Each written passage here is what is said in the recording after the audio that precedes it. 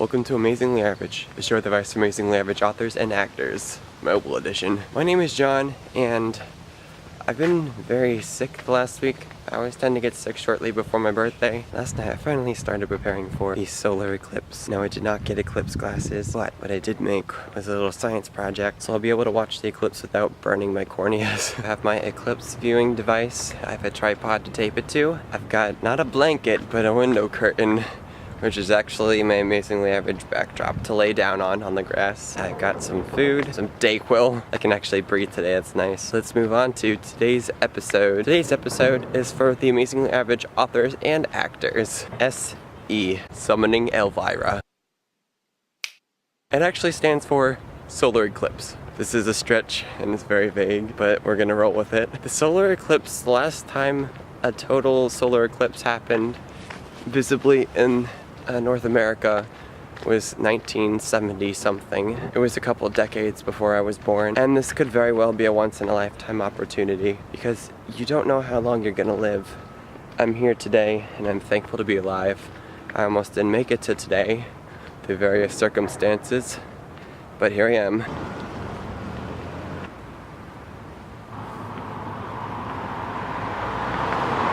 Probably not the most comfortable spot in the world for it. Oh, a seagull. Well, why do you fly like a hawk? Oh, you are a hawk. No, you are a seagull. I'm so confused. It is a seagull. So here's my rig. It is my tripod. Man, this looks like a Martian device. So I have my tripod fully extended here because I'm a tall guy. If you can tell from all my bloopers where I complain about being too tall for the camera. So there's these 3 red circles here, and on the inside of that is a little pinhole that I poked into this box with a needle.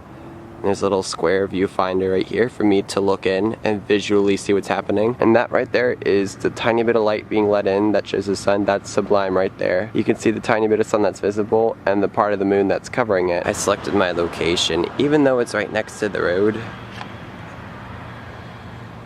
It's sublime because I got a river view from here, and it's just nature and pine trees as far as you can see, and I got some shade from a tree here. So you might be wondering how I justified solar eclipse as an occasion for... Go ahead, UPS, ruin my audio. You may be wondering how I justified solar eclipse as in a Vice episode. It happens potentially once in your lifetime, and it's really cliche and cheesy, but it sort of relates back to the whole when I was doing recaps of Scream 2 a couple summers ago and Christina Grimmie got shot, and I got kind of serious for a minute. She's still kind of, I think about her a lot, and I've never met her. She was fearless in the way that she made room for doing things now and doing them unapologetically and on a big scale. I made that tough decision to leave home, really far from home, and all my siblings and my best friends, to move out here to be an actor. Just this last week, I had an audition for a television show on a television station I'm particularly fond of. I'm sick, and that helped me because being sick, I couldn't focus on being nervous. I could only focus on trying to breathe. I figured, you know, there's no way I'm going to get this part. There's going to be so many people competing for it. I did my waiter job during the day, and then at night I had my janitor job. And I checked my phone by the grace of God as I was leaving, and I got an email about an audition, last-minute audition for something that would be happening 2 days from now. And it's incredibly difficult to get someone to pick up your shifts at this waiter job. All right, pickup truck. Just keep ruining my video. Come through, bicyclist. Just pretend I'm not vlogging in public. So I saw this audition and I freaked out, and I went on a Facebook page from a restaurant and posted it. And I was like, hey, you know, I'll pay somebody $30. It's really important. I need to get off. And in 2 minutes, somebody responded, yeah, I'll do it. Like, I managed to get it posted, switched, and then I got a manager to approve it by sending them an email. Went to work the next day. I'm working until late. I come home. I take some pieces of paper. And something I learned in acting class, we think in pictures. We see things in pictures. When you're just auditioning on camera, you gotta recreate everything yourself, because there's no setting there. I was supposed to be in a broken down building. I don't know how much I can say about this. Everything's really confidential. I took some pieces of paper and I wrote on one, broken window, sewage leak, wood rot, and I taped them on my wall, and then I taped some other pieces of paper on the wall for where people would be standing that I'd be talking to. That's how I created everything and made it real for me. And what I did, since this is an in-person audition, I practiced on camera a lot, because when you audition in person, they're recording it. And this is a pretty big deal casting director for my area where I live in Spokane, Washington. I practiced a lot on camera, and it really helped me figure out what looked good on camera and what read well. This banana in the foreground. We're gonna take a break to look at the sun again. Hey, bicyclists, where's the square? Come through, square. We're getting almost halfway. We're almost halfway, folks. Right now it is 9:47, and I think it's around 10:30 or 10:32-ish is when the most of the sun is going to be blocked out. The direct path of where the total solar eclipse is in Oregon, but I'm in the closest fringe range as far as the states go. I'm fortunate enough to have a little bit better of a view than my sister who lives in Arkansas and the rest of my family that lives in Pennsylvania. That is the coolest car I've ever seen.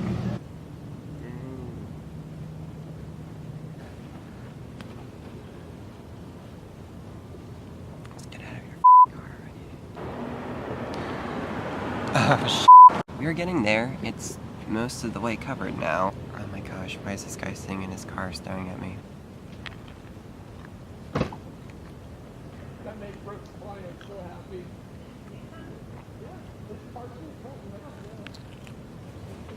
I have to use a box to look at it. The box? What was that? I got The box? Yeah, I'm just looking at the reflection. Yeah, you can look at it with a welding helmet. Do you mind if I look for a second? I was looking out, and the guy stopped and he was taking pictures through my helmet with his camera.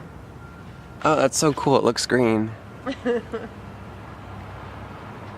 I have a great big huge lens one that doesn't auto shade, and I left out my daughter, which that's the one he was taking pictures, but I have one with a great big huge lens on it, so he was taking pictures to it. It doesn't turn it green like this one does, but he was taking pictures to it with his camera, and he's like going, I'll buy that from you. And I was like, no, I've had it since I was 16. Yeah. I couldn't. No, all my family's in either Arkansas or Pennsylvania, so they're kind of getting less than we're getting here. Yeah. So my dad was just telling me I'm his least favorite right now. It's funny because everybody's going to Oregon, and I'm like, why would you go to Oregon? We're going to get almost exactly the same thing here in Spokane as what we're getting in Oregon. I'm just wondering if it's going to like seem dark or anything. That's why we're getting 90. 98%. The guy just said on the news. 98 here? Yeah. Awesome. That's what I said. Why would you drive clear to Oregon and all that? Yeah. Did you make a cereal box one, kind of? Yeah, so I took a contact lens box. Things are a little bit dimmer now than they were before because most of the sun is blocked. It's starting to look almost like nighttime, like getting close to late afternoon. I wish I would have bought the big one because the big one's got a gold colored lens, so that you actually see the actual color of it. Which, yeah, that worked almost instantly. Can I look? They told me to come and look. It was hard to tell, but it's so... My camera automatically boosts the light, but it's so dim out here. This is like what it is around sunset, but the sun is in the other part of the sky and way north right now. It's like, it's eerie how dark it's getting.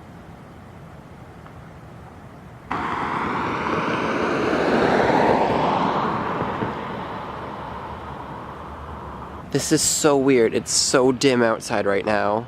A welder graciously walked by and let me look through his helmet along with all his family that live across the street. And the world keeps going. People are just not paying attention. Once in a lifetime. So to conclude that story from earlier, I went to the audition and I was sick, so I couldn't really focus on being nervous. And I think that benefited me greatly. I was just trying to focus on breathing. I did my first scene, then we did the second scene, and I fumbled up the last monologue. She was content with that take, and I was like, sorry, like I mixed up the order a bit at the end there. And she's like, I don't think you did. And I said, oh yeah, I practiced it one way, and I think I just messed up the order. And she said, oh, well, I didn't notice. I actually quite enjoyed what you were doing. And I was like, okay, that's a really good sign because I was one of the last people to go. I'm actually feeling pretty hopeful about this television audition. You know, it was easy to want to make excuses.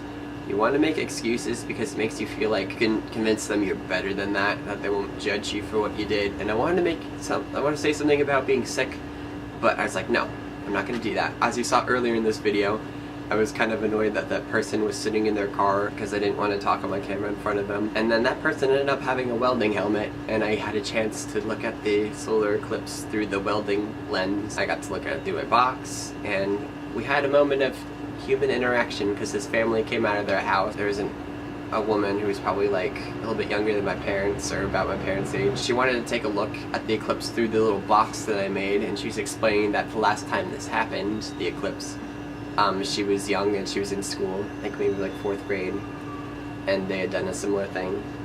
And we wouldn't have talked to each other had it not been for this occasion, everyone coming outside and looking. We were able to see a lot of the eclipse, about 98% where I was at. It got really dim. The temperature dropped at least 5 degrees according to my phone. People came together and it was a nice distraction from everything that was kind of happening in the world. So where I relate the eclipse to acting and writing, some things are once in a lifetime and you don't know how long you're going to live or how much time you're going to get. So you have to seize every opportunity now. City of Spokane, their garbage truck says clean and quiet on the side. I think not. Don't know how much time you're gonna get, so you need to seize every opportunity as they come. And when I was in college, I was a little stubborn about that. I wanted to finish my education. Sometimes you need to set aside your tunnel vision and take an opportunity that appears in the fringe, and really seize it while you have the chance, because it could open up doors for you that you wouldn't believe. I would say now it's time for what's in John's mug, but I don't feel like going inside and getting a mug. Nah, f it, I will. And now it's time for what's in John's mug. NyQuil. If you like this video, just go out and talk to somebody that you don't know.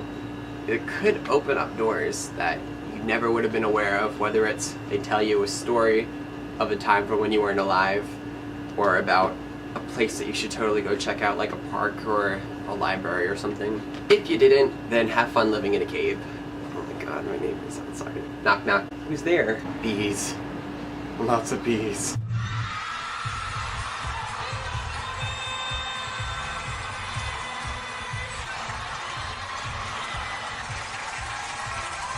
Amazingly average.